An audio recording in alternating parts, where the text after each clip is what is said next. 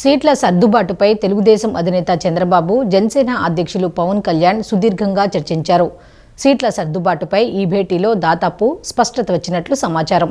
జనసేన పోటీ చేసే స్థానాల్లో తెలుగుదేశం పార్టీ ఆశావహులకు, తెలుగుదేశం పార్టీ పోటీ చేసే స్థానాల్లో జనసేన ఆశావహులకు ఇరు పార్టీల అధినేతలు సర్ది చెప్పనున్నారు. సీట్ల సర్దుబాటుపై తెలుగుదేశం పార్టీ అధ్యక్షుడు చంద్రబాబు, జనసేన అధ్యక్షుడు పవన్ కళ్యాణ్ ఈరోజు భేటీ అయ్యారు. ఉండవల్లిలోని చంద్రబాబు నివాసంలో 3 గంటల పాటు ఈ భేటీ సాగింది. సీట్ల సర్దుబాటుపై ఈ భేటీలో దాదాపు స్పష్టత వచ్చినట్లు సమాచారం. రాజోలు, రాజానగరం స్థానాల్లో ఆ పార్టీ పోటీ చేస్తుందని ఇప్పటికే పవన్ ప్రకటించిన విషయం తెలిసిందే. జనసేన అభ్యర్థిగా మచిలీపట్నం నుంచి బాలశౌరి పోటీ చేసే అవకాశం ఉంది.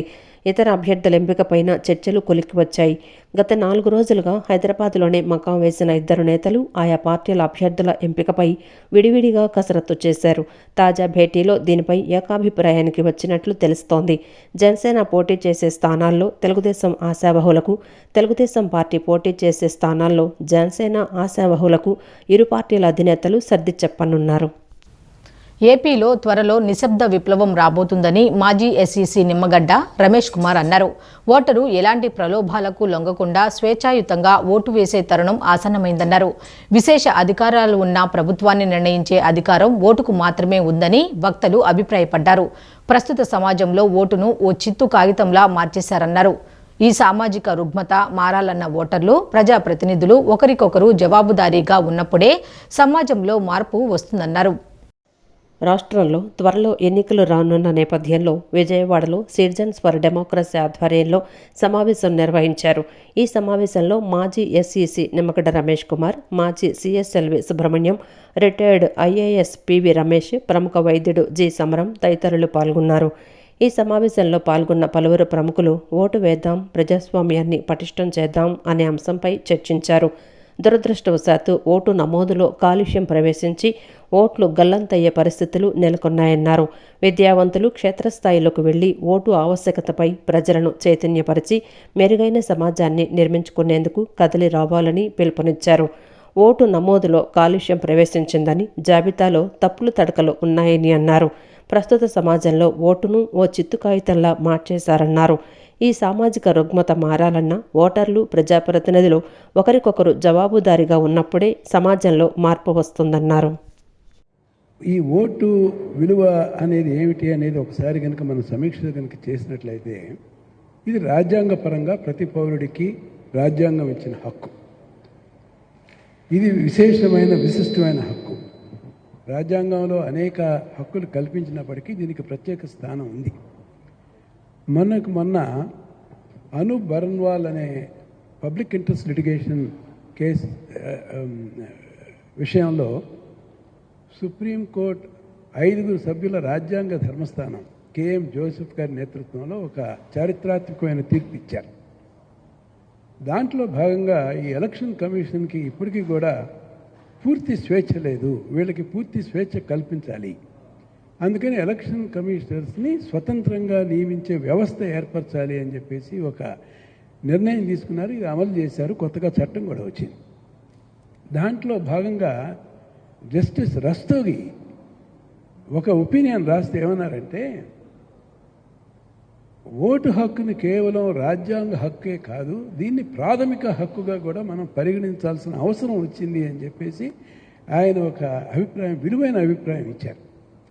ఇది ఆర్టికల్ 19 స్వేచ్ఛ ద్వారా వస్తుంది, సంక్రమిస్తుంది ప్రతి పౌరుడికి. దీనికి మిగతా వాడి అన్ని హక్కుల కంటే కూడా దీనికి కూడా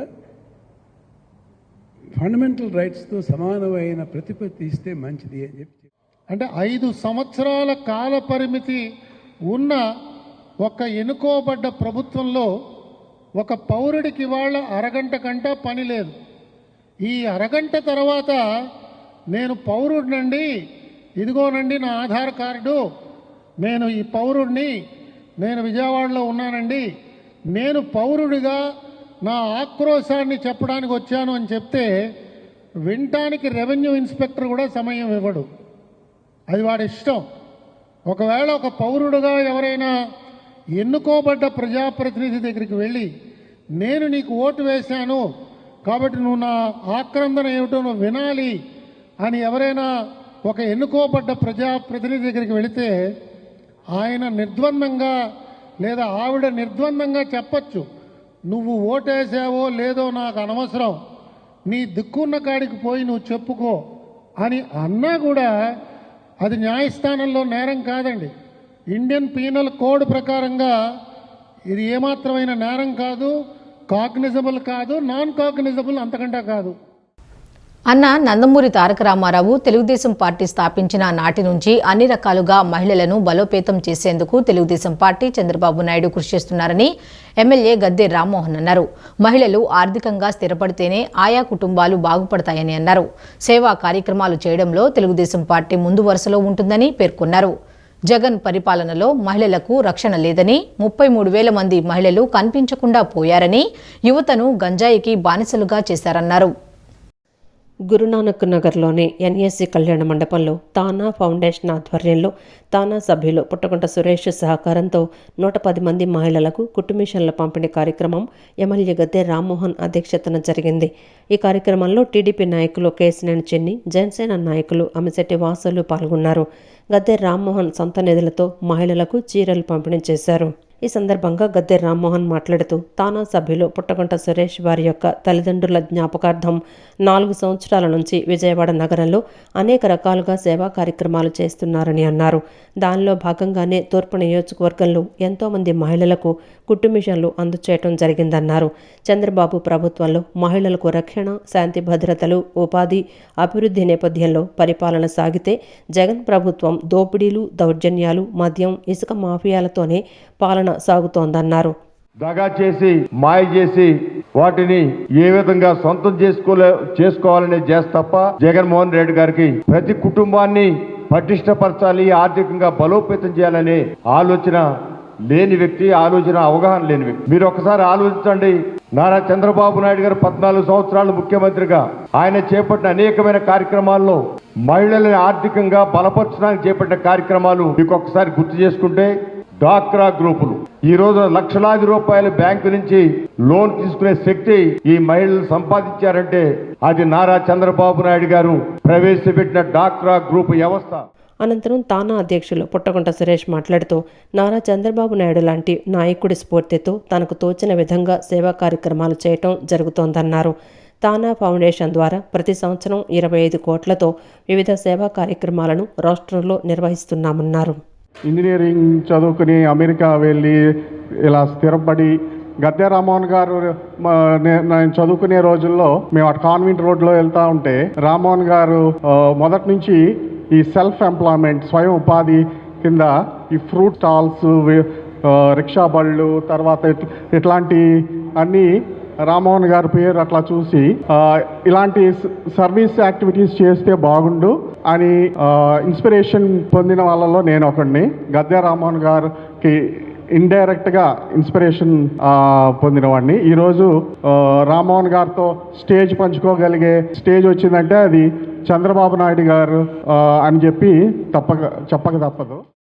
అనంతరం Telugu Desam party parliament incharge Kesineni Sivanath మాట్లాడుతూ సేవ చేయటంలో గద్దె రామ్మోహన్ అందరికీ ఆదర్శమని, గద్దె రామ్మోహన్ సేవలకు తోడ్పాటుగా తానా సభ్యులు పుట్టగుంట సురేష్ కూడా సేవా కార్యక్రమాలు చేయటం సంతోషకరమన్నారు. రానున్న ఎన్నికలలో టీడీపీ జనసేన కూటమి అభ్యర్థిని తూర్పు నియోజకవర్గంలో అత్యధిక మెజారిటీతో గెలిపించి రాష్ట్రాభివృద్ధికి అండగా నిలవాలన్నారు. రామ్మోహన్ రావు గారు రాజకీయాల్లోకి వచ్చినప్పుడు అటువంటి వ్యక్తులు రాజకీయాల్లో కూడా ఉన్నారో లేరో నాకు డౌటు. ఆయన ఇండిపెండెంట్గా ఎమ్మెల్యే కింద గెలిచిన వ్యక్తి, ఎంపీ కింద గెలిచిన వ్యక్తి. కొన్ని పరిస్థితుల్లో ప్రజలు ఒక్క ఛాన్స్ ప్రభుత్వం అనే దాంట్లో కూడా ఆయన ఎమ్మెల్యే కింద అత్యధిక మెజార్టీతో గెలిచిన వ్యక్తి.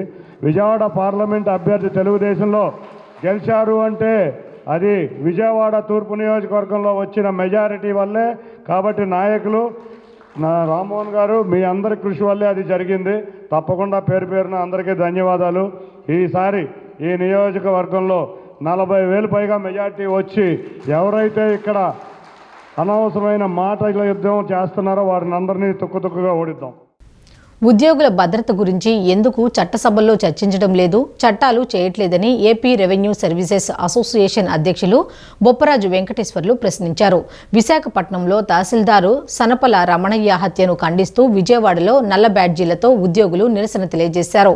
సంఘం సమావేశం అనంతరం విజయవాడలో నిర్వహించిన విలేకరుల సమావేశంలో బొప్పరాజు వెంకటేశ్వర్లు సంఘం సభ్యులు మాట్లాడారు. ఇంటికి వెళ్లి మరీ ఒక రెవెన్యూ ఉద్యోగిని నరికి చంపడం దారుణమన్నారు.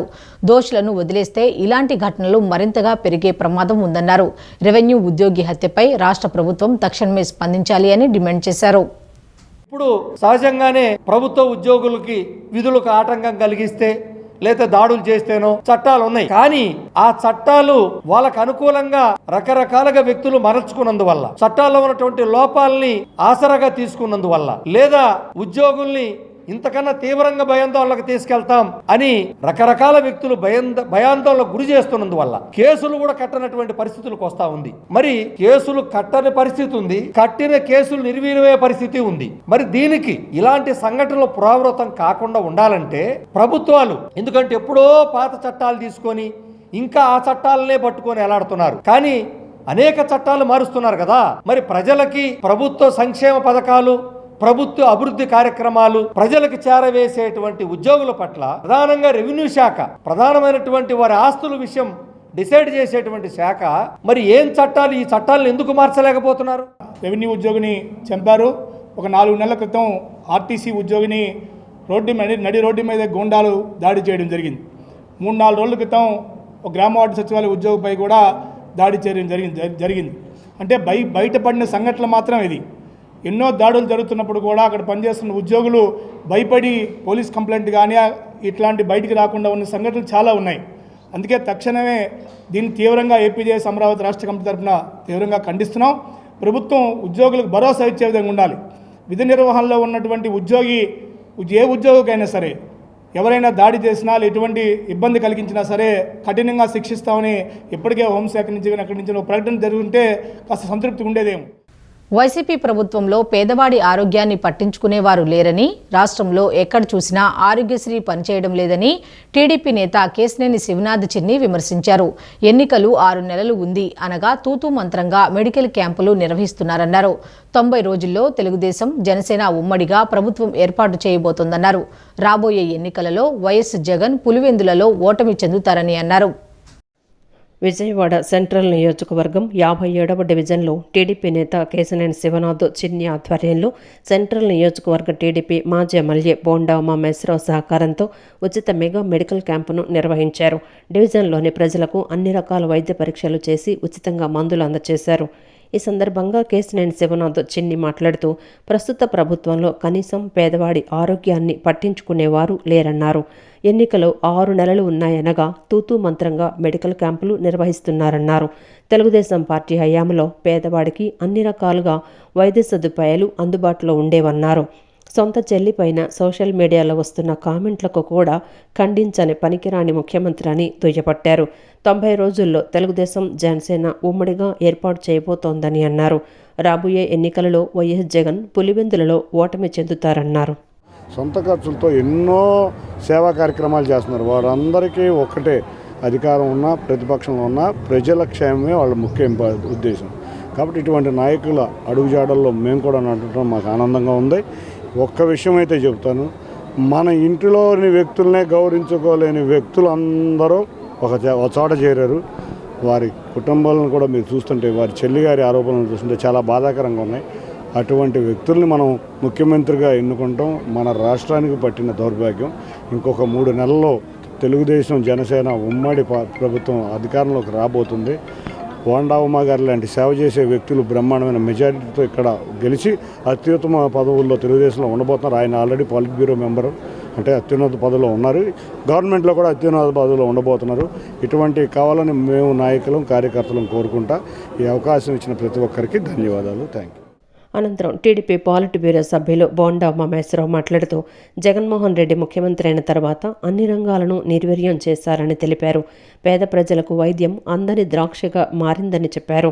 1000 రూపాయలు పైబడిన వైద్యానికి ఆరోగ్యశ్రీ పథకం కింద వైద్యం అందిస్తామని ప్రభుత్వం చెబుతున్నా ఆచరణలో మాత్రం విఫలమైందని చెప్పారు. జగన్మోహన్ రెడ్డి ప్రభుత్వం అధికారంలోకి వచ్చిన ఈ 4 సంవత్సరాల 10 నెలల సమయంలో పేదవాడికి అందని ద్రాక్షగా వైద్యం అయిపోయింది. తెలుగుదేశం హయాంలో ఆ రోజున ఎన్టీఆర్ వైద్య సేవ ప్రతి పేదవాడికి ఒక ధైర్యం, ఒక భద్రత, ఒక భరోసా ఇచ్చేది. గుండె ఆపరేషన్లు, స్టెంట్లు, లివర్ ప్రాబ్లమ్స్ కానీ, కిడ్నీ ప్రాబ్లమ్స్ కానీ, ఏ సమస్య వచ్చినా సరే పేదవాడు ఎన్టీఆర్ వైద్య సేవ కార్డు తీసుకొని కార్పొరేట్ హాస్పిటల్లో దర్జాగా ప్రభుత్వ ఖర్చుతో వైద్యం చేయించుకునేవాడు. వాళ్ళ దుర్మార్గమైనటువంటి జగన్మోహన్ రెడ్డి ప్రభుత్వం వచ్చినాక ప్రైవేట్ హాస్పిటల్ మొత్తం వైఎస్ఆర్ వైద్య సేవకి మూసేశారు.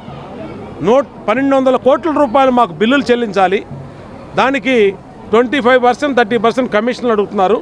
ఈ కమిషన్లు ఇచ్చి మేము ఎన్టీఆర్ వైద్య సేవ, వైఎస్ఆర్ వైద్య సేవ చేయలేమని చెప్పి వాళ్ళందరూ కూడా హాస్పిటల్లో వైఎస్ఆర్ వైద్య సేవ లేదని బోర్డులు పెట్టేశారంటే రాష్ట్ర వ్యాప్తంగా, ఇదే విజయవాడ నగరానికి సంబంధించిన అంశం కాదు. విద్యార్థుల సమస్యల పట్ల పోరాటం చేస్తూనే సేవా కార్యక్రమాలు కూడా చేయడం అభినందనీయమని దాడి మురళీకృష్ణ యూత్ను జనసేన అధికార ప్రతినిధి పోతిన మహేష్ ప్రశంసించారు. రక్తదానం చేయడం అంటే ప్రాణదానం చేయడంతో సమానమని అభిప్రాయపడ్డారు. రాబోయే రోజుల్లో కూడా ఇలాంటి రక్తదాన శిబిరాలు నిర్వహించాలని జనసేన అండగా ఉంటుందని ఆయన భరోసా ఇచ్చారు. దాడి మురళీకృష్ణ యూత్ ఆధ్వర్యంలో చిట్టినగర్ కామాక్షి విశ్వబ్రాహ్మణ కళ్యాణ మండపంలో రక్తదాన శిబిరం ఏర్పాటు చేశారు. ఈ శిబిరాన్ని జనసేన అధికార ప్రతినిధి పోతిన మహేష్ ప్రారంభించారు. ఈ సందర్భంగా నిర్వాహకులు దాడి మురళీకృష్ణను అభినందించారు. పెద్ద ఎత్తున యువత స్వచ్ఛందంగా పాల్గొని రక్తదానం చేశారు. అనంతరం పోతిన మహేష్ మాట్లాడుతూ విద్యార్థి సమస్యల పట్ల పోరాటం చేస్తూనే సేవా కార్యక్రమాలు కూడా చేయటం అభినందనీయమని అన్నారు. 100 మందికి పైగా రక్తదానం చేశారని పేర్కొన్నారు. రక్తదానం చేయటం అంటే ప్రాణదానం చేయటంతో సమానమని అన్నారు. సమాజం పట్ల బాధ్యతతో ఇలాంటి కార్యక్రమాలు చేయటం సంతోషదాయకమన్నారు. దాడి మురళీకృష్ణ యూత్ ఆధ్వర్యంలో విద్యార్థి సమస్యల మీద పోరాటం చేస్తూనే మరొక పక్కన సేవా కార్యక్రమాల్లో భాగస్వామ్యం అవ్వడం అనేది చాలా గొప్ప విషయం అని కూడా తెలియజేస్తున్నాం. ఈ రోజున దాడి మురళీకృష్ణ యూత్ ఒక రక్తదాన శిబిరాన్ని ఏర్పాటు చేస్తే 100 మందికి పైగా రక్తదానం చేయడం అనేది చాలా గొప్ప విషయం. రక్తదానం అంటే ప్రాణదానంతో సమానం. ప్రస్తుత సమాజంలో ప్రతి ఒక్కరు కూడా స్వార్థం, మాకేంటి అనేటువంటి భావంలో ఉన్నటువంటి ఇటువంటి తరుణంలో కూడా మరి మురళీ గారు ఇంత పెద్ద ఎత్తున సేవా కార్యక్రమాన్ని ఏర్పాటు చేయడం, వారు అనుసరిస్తూ 100 మంది పైగా యువకులు, విద్యార్థులు వచ్చి ఈ రోజున ఈ కార్యక్రమంలో భాగస్వామ్యం అవ్వడం అనేది సమాజం పట్ల వారికి ఉన్నటువంటి బాధ్యతని తెలియజేస్తోంది. ఇప్పుడే వారు కూడా ఒక మాట మాట్లాడారు. మేము రాజకీయాల్లో ఉండి సమాజానికి గొప్పగా సేవ చేయాలనుకున్నాం, కానీ వైసీపీ పార్టీలో ఉండి ఎందుకు ఇటువంటి రాజకీయ పార్టీలో ఉన్నామనేటువంటి భావన వ్యక్తపరిచారంటే. అనంతరం దాడి మురళీకృష్ణ మాట్లాడుతూ సుమారు 100 మంది యువత స్వచ్ఛందంగా రక్తదానం చేశారని చెప్పారు. గత 4 ఏళ్లుగా రాజకీయాలు చూసి యువత విసుగు చెందారని అన్నారు. రాజకీయాలలో ఉంటూనే సేవా కార్యక్రమాలు చేస్తున్నామని చెప్పారు. భవిష్యత్తులో కూడా ఇలాంటి కార్యక్రమాలు కొనసాగిస్తామని పేర్కొన్నారు. రాజకీయాలంటే చూసే వాళ్ళందరికీ 4 సంవత్సరాల నుంచి చాలా నీచంగా తయారైన, కానీ రాజకీయాల్లో ఉండి మేము ఇలాంటి సర్వీసులు కూడా చేస్తామని చెప్పని విద్యార్థి నాయకులు, యువత ఈరోజు ఇలాంటి ప్రోగ్రాం పెట్టడం మాకెంతో సంతోషంగా ఉంది. ఇంకా మేము ఇలాంటి కార్యక్రమాలు ఎన్నో చేస్తూ ముందుకెళ్తామని చెప్పని సవినయంగా తెలియజేస్తున్నాము. అలాగే మాకు ఎంతో సపోర్ట్ ఇచ్చినటువంటి డాక్టర్స్ వాళ్ళు కానీ, డాక్టర్ బ్లడ్ బ్యాంక్ వారు కానీ, పోతిన మహేష్ గారే కానీ, అలాగే మిగతా నాయకులే కానీ, దాడి జగన్ గారే కానీ అందరూ మాకు ప్రోత్సహించినందుకు చాలా సంతోషిస్తున్నాము. అలాగే ఇంకా ఇలాంటి సేవా కార్యక్రమాలతో ముందుకెళ్తామని యువతతో, విద్యార్థులతోటి సంతోషంగా వ్యక్తపరుస్తున్నాం. గాంధీ కోఆపరేటివ్ అర్బన్ బ్యాంకులో ఎలాంటి అవకతవకలు జరగలేదని, పాలకవర్గ అనుమతితోనే కొత్త బ్రాంచీల ఏర్పాటుకు సన్నాహాలు చేయడం జరిగిందని బ్యాంకు చైర్మన్ వేమూరి వెంకట్రావు తెలిపారు. సభ్యుల డిపాజిట్లు సురక్షితంగా ఉన్నాయని, గాంధీ బ్యాంకుపై అసత్య ప్రచారం నమ్మొద్దని కోరారు. 2021లో తాను చైర్మన్గా బాధ్యతలు చేపట్టిన నాటికి బ్యాంకు నికర లాభం 5 కోట్లు ఉండగా 2022 మరియు 23 నాటికి 12 కోట్లు అయిందన్నారు. విజయవాడ మ్యూజియం రోడ్లోని గాంధీ కోఆపరేటివ్ అర్బన్ బ్యాంకు కార్యాలయంలో bank chairman Vemuri Venkatrao, CEO Sivaprasad విలేకరుల సమావేశం నిర్వహించారు. సమావేశంలో వారు మాట్లాడుతూ పాలక వర్గానికి సెప్టెంబర్ 2022లో జరిగిన ఎన్నికల్లో ఏకగ్రీవంగా ఎన్నికైన డైరెక్టర్లలో 2 డైరెక్టర్లు చైర్మన్, సీఈఓ ఏకపక్షంగా వ్యవహరిస్తున్నారని కోఆపరేటివ్ డిపార్ట్మెంట్కి ఫిర్యాదు చేశారన్నారు. వారితో పాటు 4 బ్యాంకు సభ్యులతో అదే ఫిర్యాదు పెట్టించారన్నారు. బ్యాంకు వారి విచారణలో ఒక సభ్యుడు 2020 మే నెలలో మరణించారని, 2 సభ్యులు తాము ఫిర్యాదు చేయలేదని లిఖితపూర్వకంగా తెలియజేశారని చెప్పారు. విశాఖపట్నం న్యూ గాజువాకలో కొత్త బ్రాంచ్ పెట్టేందుకు 4 సీనియర్ డైరెక్టర్లు పరిశీలించి అక్కడ పెట్టేందుకు ప్రతిపాదించగా పాలకవర్గం ఏకగ్రీవంగా ఆమోదించడం జరిగిందన్నారు. ఈ నూతన శాఖ ఏర్పాటుకు 33 లక్షలు ఖర్చు పెట్టేందుకు బోర్డు వారు తీర్మానిస్తే 28 లక్షల రూపాయలు ఖర్చయిందన్నారు. పాలకవర్గ సభ్యుల ఆమోదంతో మోజువేడు, హనుమాన్ జంక్షన్ బ్రాంచ్లకు భవన నిర్మాణం నిమిత్తం తీర్మానం చేసి స్థలాలు కొనుగోలు చేయడం జరిగిందన్నారు. బ్యాంకులో ఎలాంటి అవకతవకలు జరగలేదని, సభ్యుల డిపాజిట్లు సురక్షితంగా ఉన్నాయని తెలిపారు. ఇప్పుడు ఈ విషయంలోకి వచ్చేటప్పటికి బోర్డుకి డిపార్ట్మెంట్ వారికి పెట్టినటువంటి కంప్లైంట్, 2 డైరెక్టర్లు పెట్టిన కంప్లైంట్తో పాటు సేమ్ అదే మ్యాటరు బ్యాంకులో ఉన్నటువంటి 4 మెంబర్స్ పెట్టినట్టుగా ఒక కంప్లైంట్ పెట్టడం జరిగింది. దాంట్లోకి వచ్చేటప్పటికి ఒక మెంబరు 2020లో చనిపోగా 2 మెంబర్లో ఇది మేము పెట్టిన కంప్లైంట్ కాదు, మా సంతకాలు ఫోర్జరీ చేశారు అనేది లిఖితపూర్వకంగా డిపార్ట్మెంట్ వారికి లెటర్స్ ఇవ్వడం జరిగిందండి. ఈ రకమైన అసత్య ఆరోపణలతో బ్యాంకు ప్రతిష్టను దిగజార్చాలని కొంతమంది అరాచక శక్తుల ప్రోద్బలంతో మా బోర్డులో ఉన్నటువంటి 2 డైరెక్టర్లు అవగాహన రాహిత్యం లేక ఈ పొరపాట్లు చేస్తున్నారనేది భావిస్తూ బ్యాంకు ఖాతాదారులు, డిపాజిట్దారులు ఎవరో ఆందోళన చెందవద్దని నా మనవి. అదేగా చెప్పేది. ఇప్పుడు మాకు నెలకి 2 మీటింగులు జరుగుతాయండి. లోన్స్ నిమిత్తం కానీ ఇతరితర విషయాలు కానీ ఏదైనా ఎజెండాలో పొందుపరిచి దాని నిమిత్తం ఎజెండా అంశాల్లో ఉన్నటువంటివన్నీ చర్చించి పాలకవర్గం ఆమోదం పొందినాక ఏ నిర్ణయమైనా తీసుకోవడం జరుగుతుంది. ఈ పూర్తి తీర్మానాలన్నీ డిపార్ట్మెంట్ వారికి కూడా సమర్పించడం జరిగింది. దాంట్లోకి వచ్చేటప్పుడు బిల్డింగ్ యాజమాన్యంతో చేయించుకున్నటువంటి రిజిస్టర్డ్ లీజ్ డీడు, తీర్మానాల ప్రతులు అన్నీ అందజేయడం జరిగింది. 23లో యాక్చువల్గా రెజల్యూషన్ చేయడం జరిగింది గాజువాక్లో బ్రాంచ్లు ఓపెన్ చేయడానికి. దాంతోపాటు ఒక 2 డైరెక్టర్లని కమిటీ వేయడం జరిగింది. 2 డైరెక్టర్లు అది కాకుండా ఇంకొక 2 డైరెక్టర్లు, మొత్తం 4 డైరెక్టర్లు సెప్టెంబర్ 2వ తారీఖు, అదేవిధంగా సెప్టెంబర్ 8వ తారీఖు 4 డైరెక్టర్లు వెళ్ళడం జరిగింది. వెళ్ళి ఈ బ్రాంచెస్ అన్నీ ఒక 5 టోటల్గా 5 ప్రెమిసెస్లకి మనకు వచ్చినాయి. 5 ప్రెమిసెస్లు చూసి అందులో బాగున్న ప్రెమిసెస్ న్యూ గాజువాక ప్రెమిసెస్ బాగుంది అని చెప్పి నిర్ణయించడం జరిగింది. వైద్యులు వివిధ స్థాయిల్లో తమ సేవలు విస్తృతంగా అందజేస్తున్నారని, ప్రభుత్వం సుదీర్ఘ కాలంగా నిర్వహించే జగనన్న సురక్ష ఆరోగ్య శిబిరాలకు కూడా పూర్తి సహకారం అందిస్తున్నారని ఐఎంఏ ఆంధ్రప్రదేశ్ రాష్ట్ర అధ్యక్షులు డాక్టర్ ఎం జయచంద్ర నాయుడు, ప్రభుత్వ వైద్యుల సంఘం అధ్యక్షులు డాక్టర్ జైధీర్ తెలిపారు. ప్రభుత్వానికి మంచి పేరు తీసుకువస్తున్నామని, అయినప్పటికీ ప్రభుత్వ వైద్యుల డిమాండ్లను పరిష్కరించడంలో ప్రభుత్వ వైఖరి సరికాదన్నారు. ఐఎంఏ రాష్ట్ర శాఖ ఆధ్వర్యంలో వైద్య సంఘాల సంయుక్త సమావేశం నగరంలోని హోటల్లో నిర్వహించారు. ఈ సమావేశంలో ఐఎంఏ రాష్ట్ర శాఖ సభ్యులు, Andhra Pradesh private nursing homes association సభ్యులు, ఆంధ్రప్రదేశ్ స్పెషాలిటీ ఆసుపత్రుల సంఘం, ప్రభుత్వ వైద్యుల సంఘం ప్రతినిధులు పాల్గొన్నారు. ఈ సందర్భంగా ఐఎంఏ ఆంధ్రప్రదేశ్ రాష్ట్ర అధ్యక్షులు డాక్టర్ ఎం జయచంద్ర నాయుడు, ప్రభుత్వ వైద్యుల సంఘం అధ్యక్షులు డాక్టర్ జయధీర్ మాట్లాడుతూ ఆసుపత్రుల రిజిస్ట్రేషన్కు ఏకగవాక్ష విధానం రూపొందించి అమలు చేయాలన్నారు. ఆసుపత్రుల నుండి వైద్య వ్యర్థాలను సేకరించే ఛార్జీలను జాతీయ కాలుష్య నివారణ మండలి నిబంధనల మేరకు రాష్ట్ర వైద్య సలహా మండలిలో ఇండియన్ మెడికల్ అసోసియేషన్తో చర్చించి రాష్ట్ర పొల్యూషన్ కంట్రోల్ బోర్డు నిర్ణయించాలన్నారు. అగ్నిమాపక నిరభ్యంతర పత్రం 5 సంవత్సరాలకు ఒకసారి రెన్యువల్ చేసుకునే నిబంధన సవరించి 2 సంవత్సరాలకు తగ్గించడం తీవ్ర అభ్యంతరకరమని అన్నారు. ప్రభుత్వ వైద్యులకు పే రివిజన్ కమిషన్ ఇచ్చిన సిఫార్సులు వెంటనే అమలు చేయాలని, సర్వీస్ కాల వ్యవధికి అనుగుణంగా ప్రమోషన్లు అమలు చేయాలన్నారు. ఆరోగ్యశ్రీ సేవలు అందిస్తున్న నెట్వర్క్ ఆసుపత్రుల బకాయిలు నెలలు తరబడి పేరుకుపోకుండా నిర్దిష్ట కాల వ్యవధిలో చెల్లించే విధానం ఖచ్చితంగా అమలు చేయాలన్నారు. 10 ఆరోగ్యశ్రీ సేవలు అందించే ఆసుపత్రుల్లో చికిత్సల ప్యాకేజీ ఛార్జీలు నిర్దిష్ట కాల వ్యవధి ప్రకారం పెంచాలన్నారు. ఇది పక్క స్టేట్ అయిన తెలంగాణలో ఆల్రెడీ ఎన్నికల ముందు వాళ్ళ తాలూకా ప్రభుత్వ వైద్యులకి, ప్రభుత్వ వైద్య కళాశాలలో పనిచేసే వైద్యులకి బెనిఫిట్ జరిగే విధంగా ఒక జీవో ఇవ్వడం జరిగింది.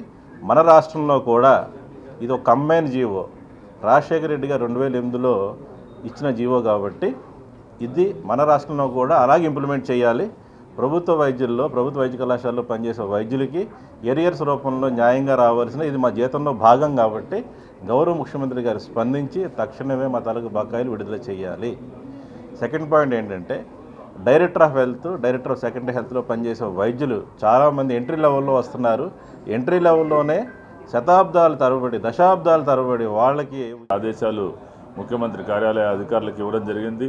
అదేవిధంగా స్టాండర్డ్ ఆపరేటింగ్ ప్రొసీజర్, ఎవరన్నా రోగులు మరణించినప్పుడు పేషెంట్ బంధువులు పోలీస్ స్టేషన్లో కంప్లైంట్ ఇచ్చినప్పుడు ఆ కేసులు నమోదు చేసుకునే విధానం మీద ఒక నిర్దిష్ట నియమావళి, స్టాండర్డ్ ఆపరేటింగ్ ప్రొసీజర్ని కూడా రిలీజ్ చేస్తామని చెప్పేసి ముఖ్యమంత్రి గారు ఆ రోజు చెప్పడం జరిగింది. అదేవిధంగా ఆసుపత్రుల రిజిస్ట్రేషన్ ఏకగవాక్ష విధానంలో రూపొందిస్తామని కూడా ముఖ్యమంత్రి గారు హామీ ఇవ్వడమే కాకుండా ముఖ్యమంత్రి కార్యాలయ అధికారులకి ఆదేశాలు జారీ చేశారు. కానీ 3 నెలలు గడిచినా కూడా ఈ హామీలు ముందుకు సాగలేదు. కాబట్టి మరొకసారి ముఖ్యమంత్రి గారికి మీడియా ద్వారా ప్రత్యేకంగా హృదయపూర్వకంగా ఐఎంఏ తరపున విజ్ఞప్తి చేస్తున్నాము. గత 26 సంవత్సరాలుగా సుముధుర కళానికేతన్ సంస్థ నాటక ప్రదర్శనల ద్వారా కళలు, కళాకారులను ప్రోత్సహిస్తున్నట్లు నిర్వాహకులు తెలిపారు. ఫిబ్రవరి 1వ తేదీ నుంచి జరిగిన హాస్య నాటిక పోటీలు ఘనంగా ముగిశాయి.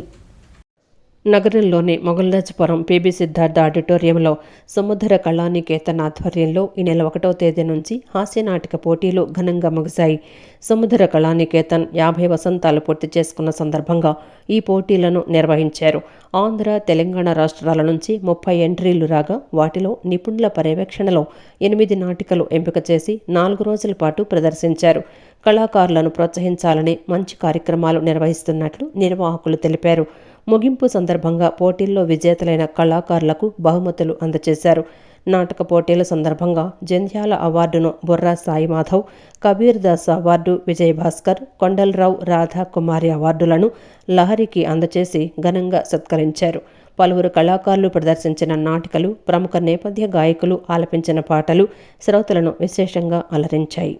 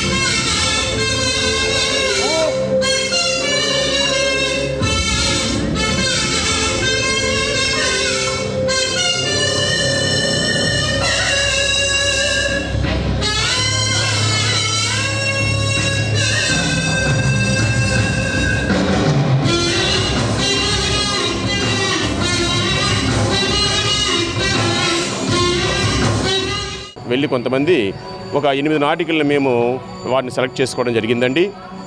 1వ తారీఖున ఒక 2 నాటికల్ని, 2వ తారీఖున 3 నాటికలు, 4వ తారీఖున అంటే 1, 2, 3, 3వ తారీఖున కూడా 2 నాటికలు, అంటే సుమారుగా 3, 3, 6, 2, 8 నాటికల్ని మేము పోటీలు నిర్వహించడం జరిగింది. ఈరోజు 4వ తారీఖున వాళ్ళందరికీ కూడా బహుమతి ప్రదానం చేయడం జరుగుతుంది.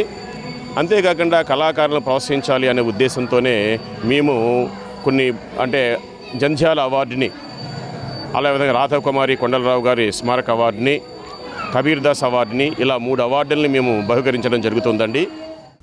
పారిశుద్ధ్య కార్మికులకు కనీస వేతనం 26,000 ఇవ్వాలని ప్రోగ్రెసివ్ సఫాయి కర్మచారి సంఘం డిమాండ్ చేసింది. వేతనంతో పాటు ఈఎస్ఐ, పీఎఫ్ సౌకర్యాలు కల్పించాలని కోరారు. అదేవిధంగా ఆరోగ్యపరమైన సమస్యలు తలెత్తకుండా కార్మికులకు నాణ్యమైన పనిముట్లు అందించాలన్నారు. ప్రోగ్రెసివ్ సఫాయి కర్మచారి సంఘం రాష్ట్ర కార్యవర్గ సమావేశం గాంధీనగర్లోని ప్రెస్ క్లబ్లో సమావేశం నిర్వహించారు. ఈ సందర్భంగా సంఘం రాష్ట్ర ఉపాధ్యక్షులు ధనశేఖర్ మాట్లాడుతూ పారిశుద్ధ్య కార్మికులకు వారాంతపు సెలవులు మంజూరు చేయాలని ప్రభుత్వాన్ని డిమాండ్ చేశామన్నారు. అయితే ప్రస్తుతం ఈ డిమాండ్ ప్రభుత్వ పరిశీలనలో ఉన్నట్లు తమకు సమాచారం ఉందని తెలిపారు. అలాగే ప్రస్తుతం కార్మికులకు ఇస్తున్న 21,000 జీతాన్ని 26,000కు పెంచాలని డిమాండ్ చేశారు. కార్మికుల పిల్లలకు లీడ్ బ్యాంకుల ద్వారా స్వయం ఉపాధి రుణాలు మంజూరు చేయాలన్నారు. పారిశుద్ధ్య కార్మికుల పిల్లలకు స్కాలర్షిప్స్తో పాటు ఇతర ప్రభుత్వ సంక్షేమ పథకాలు అమలు చేయాలని కోరారు. ఈ డిమాండ్లపై ప్రతి మున్సిపాలిటీలో ఉన్న కమిషనర్లను ప్రభుత్వం ఆదేశించాలని కోరారు. సుప్రీంకోర్టు ఆదేశాల ప్రకారం 36,000 రూపాయల జీతం ఇవ్వాల్సి ఉంది. అయితే ఇది ఒక 2-3 సంవత్సరాల క్రితం లెక్కేసినటువంటి జీతభత్యాల కింద లెక్కేసినటువంటి అంశం కిందకు వస్తే 26,000 రూపాయలు ఇవ్వాలని చెప్పి అప్పుడు చెప్పారు. కానీ ఇప్పుడు 21,000కి చేశారు. ఆ 26,000 రూపాయలు కూడా వచ్చేదానికి మా సంఘం మేము గట్టిగా రాష్ట్ర ప్రభుత్వాన్ని డిమాండ్ చేస్తుంది. ఈ డిమాండ్లు చర్చించి మిగతా ఇంకా ఏమైనా వాళ్ళకి ప్రాబ్లమ్స్ ఉన్నాయా అని చెప్పి ఆ బ్లౌజులు కానీ షూలు కానీ వాళ్ళకి ఇవ్వాల్సినటువంటి మెటీరియల్ అంతా కూడా నాణ్యమైనటువంటి మెటీరియల్ ఇచ్చి పారిశుద్ధ్య కార్మికులకి ఎలాంటి ఇబ్బందులు లేకుండా ఆ పనిముట్లన్నీ కూడా ఏర్పాటు చేయాలని చెప్పి ప్రతి మున్సిపాలిటీలో ఉన్నటువంటి కమిషనర్లను ఆదేశించమని చెప్పి మేము డిమాండ్ పెడుతున్నాం. ఆ డిమాండ్లని రాష్ట్ర ప్రభుత్వం అమలుపరిచే విధంగా దీన్ని మేము ఈరోజు ప్రోగ్రెసివ్ సఫాయి కర్మచారి సంఘం మా జాతీయ కమిటీ అధ్యక్షుల వారి ఆదేశాల మేరకు ఈరోజు ఇక్కడ విజయవాడలో ఏర్పాటు చేయడం జరిగింది. సార్, రెల్లి గ్రూపు సమాజానికి ప్రతి రాజకీయ పార్టీ తమ పరిధిలో తగిన ప్రాధాన్యతనిచ్చి చట్టసభలకు రెల్లి సామాజిక వర్గ ప్రతినిధులను పంపించేందుకు కృషి చేయాలని రాష్ట్ర Relli political joint action committee నాయకులు డిమాండ్ చేశారు. సామాజిక రాజకీయ బాధ్యతగా భావించి పెద్ద మనసుతో ఆలోచించి ఆర్థిక సాయం కూడా అందించి రెల్లి కులస్తులను ఆదుకోవాలని విజ్ఞప్తి చేశారు. రాష్ట్ర Relli political joint action committee నాయకులు గాంధీనగర్లోని ప్రెస్ క్లబ్లో విలేకరుల సమావేశం నిర్వహించారు. సమావేశంలో వారు మాట్లాడుతూ విశాఖ, విజయనగరం, శ్రీకాకుళం జిల్లాలలో రెల్లి గ్రూపు జనసాంద్రత అధికంగా ఉంటుందని, ఉత్తరాంధ్ర జిల్లాలలో 3 ఎమ్మెల్యే టికెట్లు, 1 ఎంపీ టికెట్టు తమకు కేటాయించాలన్నారు. గవర్నర్ కోటాలో 1 ఎమ్మెల్సీ సీటు, కార్పొరేషన్ చైర్మన్లలో 1 ఇవ్వాలన్నారు. రాష్ట్ర స్థాయి, యూనిట్ స్థాయి నామినేట్ పోస్టులలో తగిన ప్రాధాన్యత కల్పించాలన్నారు. రాష్ట్ర స్థాయి సఫాయి కర్మచారి కమిషన్ పూర్తి స్థాయి ప్రతిపత్తితో రెల్లి గ్రూపు కులాల ఆర్థిక అభివృద్ధి కార్పొరేషన్ ఏర్పాటు చేయాలన్నారు. అన్ని నామినేట్ సభ్యులు, డైరెక్టర్లలో రెల్లి ప్రతినిధులకు తగిన ప్రాతినిధ్యం ఇవ్వాలన్నారు. అంటే ఎక్కడ ఉంది ఏ రాజకీయ నాయకుడిని కూడా మేము ప్రత్యేకించి మేము పాయింట్అవుట్ చేయట్లేదు. ఇక్కడ ఉన్న ఏ రాజకీయ పార్టీలైనా సరే, అటు తెలుగుదేశం కానీ కాంగ్రెస్ కానీ మరి ఇతర ఇప్పుడున్న బీఆర్ఎస్ పార్టీ కానీ ఏం రెల్లి కులస్తులకు ఒక్క నామినేటెడ్ సీట్ అని ఇచ్చారంటే ఇవ్వలేదు. ఎవరికైనా సరే మరి మాదిగ సోదరులకే అన్నీ పనిచేస్తున్నారు. నామినేటెడ్ పోస్టులు, ఎమ్మెల్యే టికెట్లు, ఎంపీ టికెట్లు, మంత్రులు, ఎమ్మెల్యేలు అంతా వాళ్ళే అయితే మేము ఎక్కడ పోవాలి? అందుకని మేమేం చేసామంటే పొలిటికల్గా జాయింట్ యాక్షన్ కమిటీగా మా రెల్లి కులంలో ఉన్న అనేక గ్రూపుల్ని కలుపుకొని ఒక జాయింట్ యాక్షన్ కమిటీ ఏర్పడి పొలిటికల్గా మాకు అన్ని రాజకీయ పార్టీలకు మేము విజ్ఞప్తి చేసేది ఏమిటంటే, మీ పార్టీలో మా కార్యకర్తలు చాలామంది ఉన్నారు. మేమందరం ఒకే పార్టీలో ఏమీ లేవు. మా వాళ్ళు మీకు ఆ పార్టీలో కూడా ఉన్నారు. బీజేపీలో ఉన్నారు, తెలుగుదేశంలో ఉన్నారు, కాంగ్రెస్లో ఉన్నారు, మరి గతం జనసేనలో కూడా లేటెస్ట్గా ఉన్నారు. గతంలో మేమందరం కాంగ్రెస్ పనిచేసిన వాళ్ళం. ఇటు బొప్పిలి లీలాకుమార్ కానీ, ఇటు సింహాచలం కానీ. రాష్ట్ర ప్రభుత్వాలకి ప్రతి రాజకీయ నాయకులు విజ్ఞప్తి చేసేది ఏంటంటే, ఈ రేపు జరగబోయే సార్వత్రిక ఎన్నికల్లో మాకు కూడా ఈ రెల్లి గ్రూప్స్కి సంబంధించినట్ల అందరికి కూడా 3 టికెట్లు కేటాయించమని చెప్పేసి మేము రిక్వెస్ట్ చేస్తున్నాం. ఆ సందర్భంగా మీ మీడియా మిత్రుల ద్వారా వాళ్ళ దృష్టికి వెళ్తే మీరే మాకు రథసారథులు. తప్పకుండా ఈ సమస్యను పొలిటికల్ మూమెంట్ చేస్తే మీరందరూ మాకు ఏదైనా అవకాశం ఇచ్చే అవకాశం ఉంది. కాబట్టి మీకందరికీ ఈ సందర్భంగా ఇక్కడ ఇచ్చేసిన ప్రతి ఒక్కరు కూడా మా జాయింట్ యాక్షన్ ఎగ్జిక్యూటివ్ మెంబర్స్ అందరూ, రెల్లి నాయకులకి అందరికీ పేరున మిత్రులందరికీ ధన్యవాదాలు తెలుపుకుంటున్నాను. రాష్ట్ర ప్రభుత్వం పేద మహిళలకు, సామాన్య మహిళలకు సర్వైకల్ క్యాన్సర్ టెస్టులను ఉచితంగా చేయాలని రాజకీయ ఎన్నికల వ్యూహకర్త తాతా సుబ్రహ్మణ్యం కోరారు. ప్రపంచ క్యాన్సర్ దినోత్సవం సందర్భంగా గాంధీనగర్లోని ప్రెస్ క్లబ్లో విలేకరుల సమావేశం నిర్వహించారు. ఈ సమావేశంలో వారు మాట్లాడుతూ సర్వైకల్ క్యాన్సర్ లాంటి జబ్బులకు వైద్యం చాలా ఖరీదైనదని చెప్పారు. పేద మహిళలకు, సామాన్య మహిళలకు ఇలాంటి జబ్బులు వస్తే ఆర్థికంగా, మానసికంగా చాలా కుంగిపోతారన్నారు. మగవారి కన్నా ఆడవారిలోనే అనారోగ్య సమస్యలు ఎక్కువగా ఉంటాయన్నారు. ఆడవాళ్లు ఎక్కువ రక్తస్రావం అయినా, వైట్ డిశ్చార్జ్ అయినా తొందరగా ఆదిలోనే పరీక్షలు చేయించుకుని క్యాన్సర్ బారిన పడకుండా ఉండాలని కోరారు. మహిళలందరూ ఆరోగ్యంగా 10 కాలాల పాటు సంతోషంగా ఉండాలని ఆకాంక్షించారు. చాలామంది మహిళలు సర్వైకల్ క్యాన్సర్ గురించి తెలీదు. వాళ్ళకి గర్భస్రావం దగ్గర రక్తస్రావం ఎక్కువైనా, వైట్ డిశ్చార్జ్ అయినా మీరు తొందరగా టెస్టులు చేయించుకోండి. ఇది చాలా ఖరీదైన సమస్య. క్యాన్సర్ అనే సమస్య చాలా ఖరీదైనది. నేను ఈ సందర్భంగా వరల్డ్ క్యాన్సర్ డే సందర్భంగా రాబోయే కొత్త ప్రభుత్వానికి ఒకటి పేద మహిళల తరపున, సామాన్య మహిళల తరపున ఒకటి కోరుకుంటున్నాను. సర్వైకల్ క్యాన్సర్ టెస్టులని ఉచితంగా చేయాలి. సామాన్య మహిళలు, పేద మహిళలు ఈ టెస్టులని భరించే స్థితిలో లేరు. ఒక ఇంట్లో క్యాన్సర్ బారిన బాధపడితే వాళ్ళ ఫ్యామిలీ మొత్తం ఆర్థికంగాను, మానసికంగాను కృంగిపోతారు. ఈ వార్తలు ఇంతటితో సమాప్తం. నమస్కారం.